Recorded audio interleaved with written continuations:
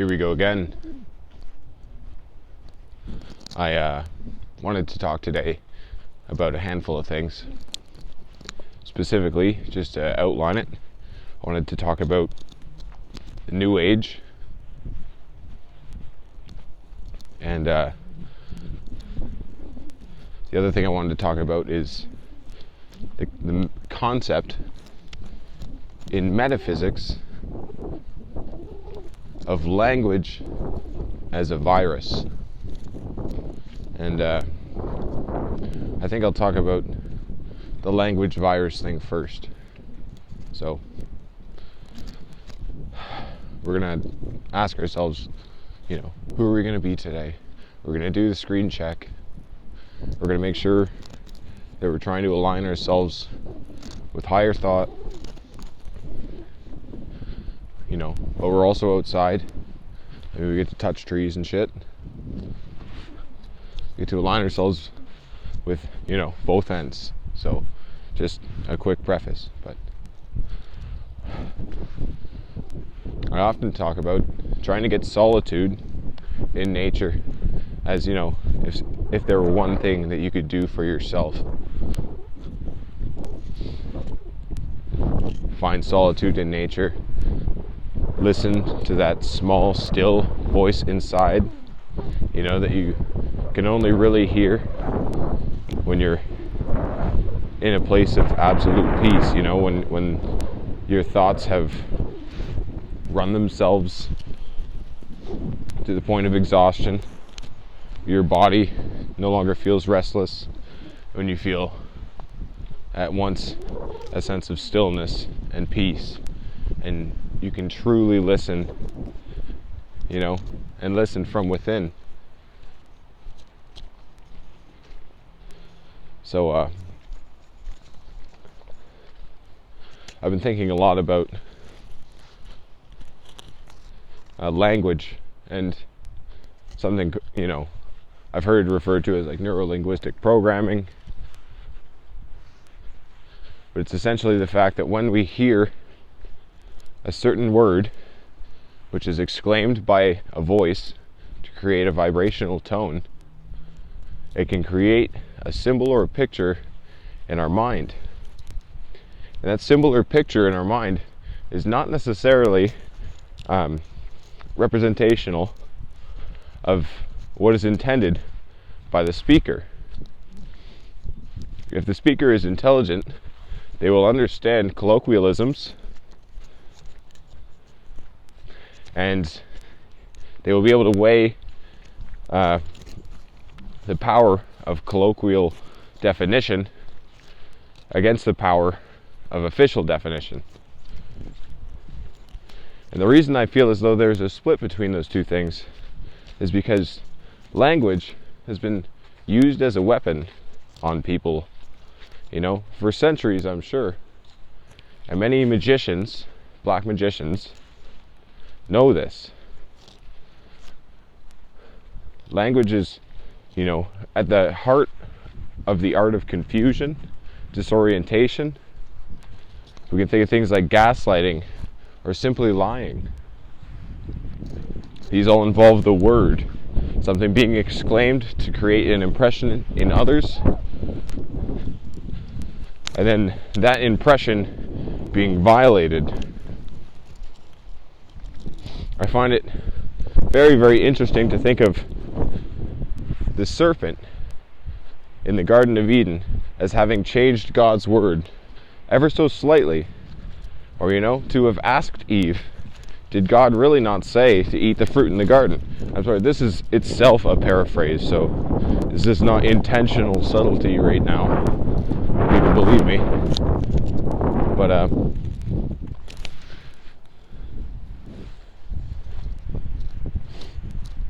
it was said that the serpent was of the most subtle beast of all the land, and he was able to manipulate the word ever so slightly to create the fall of man. We speak in symbolic terms to not freak out the non-Christians. But I think it's interesting, although like everything is just a play of language.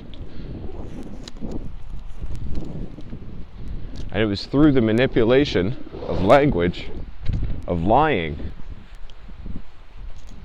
that caused the fall of man, the fall from the garden. I was talking to my father the other day. He's been going through a number of personal struggles, and he was talking about how he feels a sort of meditation when he puts out seeds for the birds. And you know, my dad is not really that soft of a guy, but it was really nice to hear. You know, he watches the birds like go for the seeds. He watches the squirrels, and it brings him a great inner peace. And I think about this like this thing that I heard, you know, some meditation teacher say a long time ago, who was also trying to find inner peace himself. He said meditation is like watching an animal. He's like, you don't really have expectation. You're just fascinated, like fastened to the moment. Like you're just in marvel and curiosity and openness. And you know, if you truly can just sit there and watch an animal, it can be a really, really beautiful thing. But I just thought, I was like, this other thing that I heard, you know, there's this long trek, like this mystical journey that this leader of a monastery has been, you know, taking the apprentices on for years, you know, once they've earned it. And this one man, he's gone through years and years of trials, and eventually the head monk says, okay, like you've earned it. We can take you up, you know, on this mystical journey. So they go for 3 days, you know, no talking, very meditative. It's like this like holy path. They're absolutely exhausted, they're fasting, like, and they reach the very top of the mountain where, you know, the most spectacular view is. And this is the site, you know, the mystical site, which the head monk meant to bring the apprentice to. And the apprentice he does marvel, but he says out loud, he says, this is so beautiful. And the head monk just shakes his head and takes him down. And yeah, I think the point of that story is that, like, to even use that word is just, it's extremely reductionist. I think you're boiling something down in your mind simply by the attribution of language to it. I was very much into writing and poetry and, you know, language as art for a very long time, until I realized that I was beginning to become trapped in it. And not only in, you know, not in its conventions, because I feel as though language as art can violate those conventions, but I felt as though I was trapped in it, almost in my mind, as though there was this sort of like attachment to everything, you know? Like I would see a tree and I would think the word tree,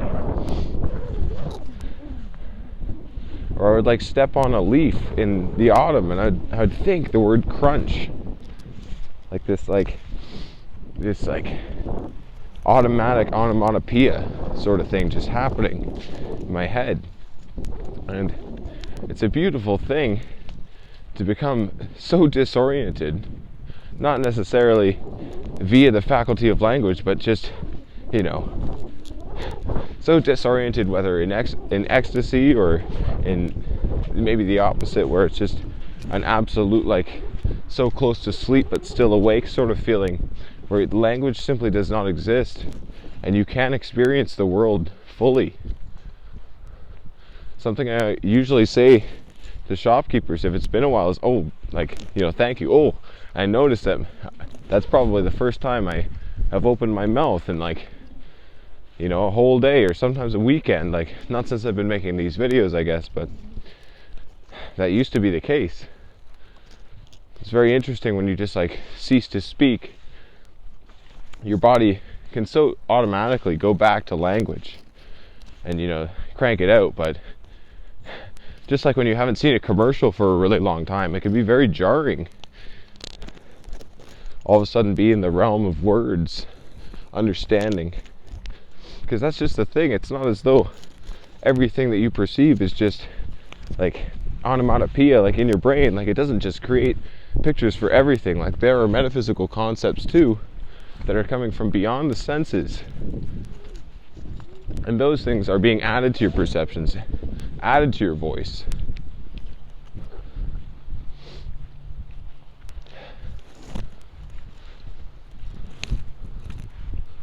Ooh, it's a nice little beach down there. I'm gonna see if I can get down there. So,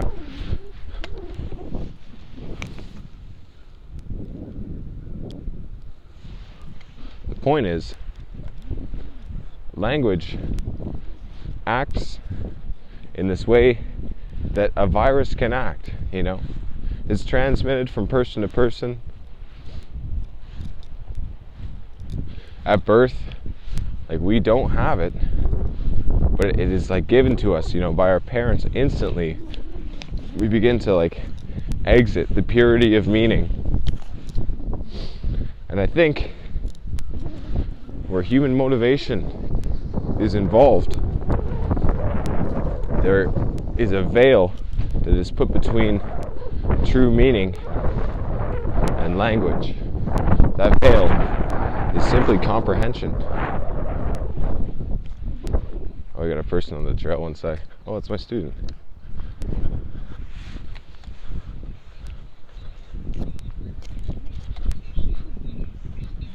Hello. So,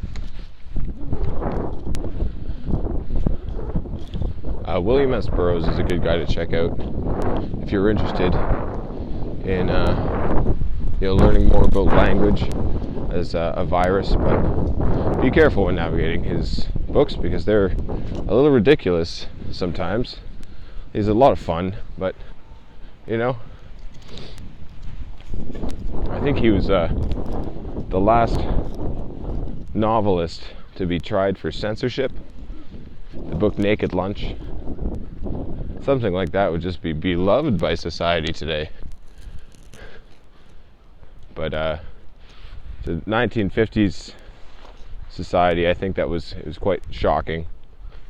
Oh, there's a cardinal, a lady cardinal, somewhere in there. Yeah, you may not see it. Well, I want to talk about the New Age a little bit too. I feel like it's going to be too windy on the beach. Maybe if I cover it like this, we'll see. I don't know. I'll try to speak loud so you can hear me over the wind.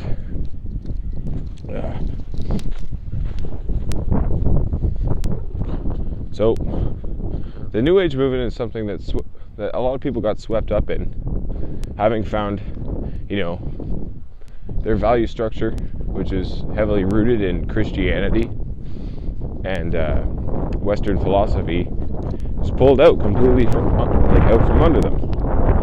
You know, philosophy in many ways is replaced with psychology, and religion in many ways is replaced with just, you know, an absolute new set of values. I don't think people see what they participate in anymore as religion, but many people, you know, in defense of their society and their so-called civilization, act as zealots in order to defend it. So, I mean, what I see happening today is very much a religion. There is a strict symbolism to it, just as any religion has its symbols to bring people, you know, into the spirit, to go beyond the realm of language, you know, to go beyond comprehension. And although I think that there is utility in trying to find a value structure when you are in the grips of chaos, you know,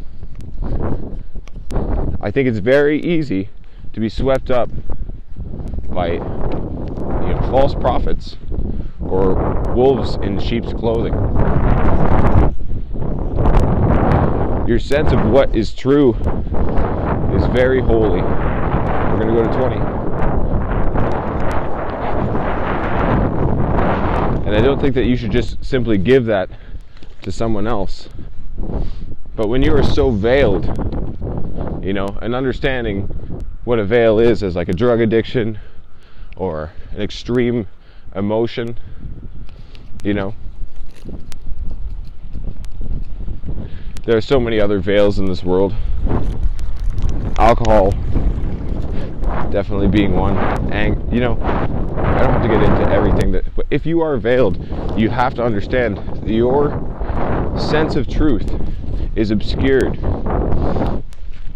Before you begin to criticize the beliefs of other people, you really must purify the self. This process of purification is painful. They call it the cleansing flame, to burn off dead wood.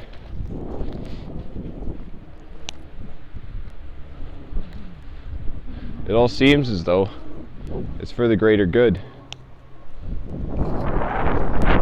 But I fear that many people, including myself, hesitate. I think back to story structure and refusal of the call, often precedes answering of the call. Because there wouldn't have been a call if there wasn't a quest that needed to be done. To speak a little bit more about the New Age, the New Age is rooted in this thing that we're entering into a new astrological age. These people believe that, with every, 2,160 years, we enter into a new sign of the zodiac, and that ostensibly the religion of the world has to reflect that. I'm still coming to understand exactly what the age thing all has to do with it, but I think a major tenet of the New Age that we can see, which has penetrated a lot of today's thinking and philosophy, is that just love conquers all. And I think that understanding the concept of love is what's most important if you believe that love conquers all. Because I truly believe that there is a higher love, and that there are two polarities to everything in this world. I think that if we are veiled ourselves, if we are in states of chaos without feeling grounded, without having a pure foundation within ourselves, the kingdom of heaven is within, then we are subject to the ways of the wind. Things will shift, our perceptions will become obscured, our definitions will remain distorted. If people cannot fundamentally change in this world,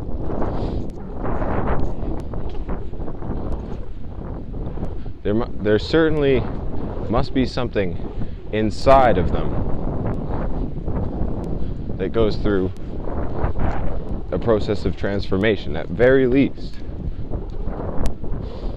I think that people that believe people cannot fundamentally change have never underwent a radical transformation themselves, have dilly-dallied and felt fear and pushed everything down.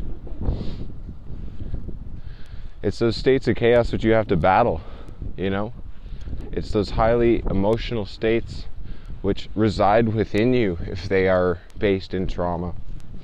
And I think that they need to be addressed. They need to be confronted. And once they are, oftentimes people do feel like they're a new person. This is maybe what the whole born again thing is in Christianity, or like initiation in secret societies. Anyways, find some peace, get out in nature, do what's right, live in truth. That's everything.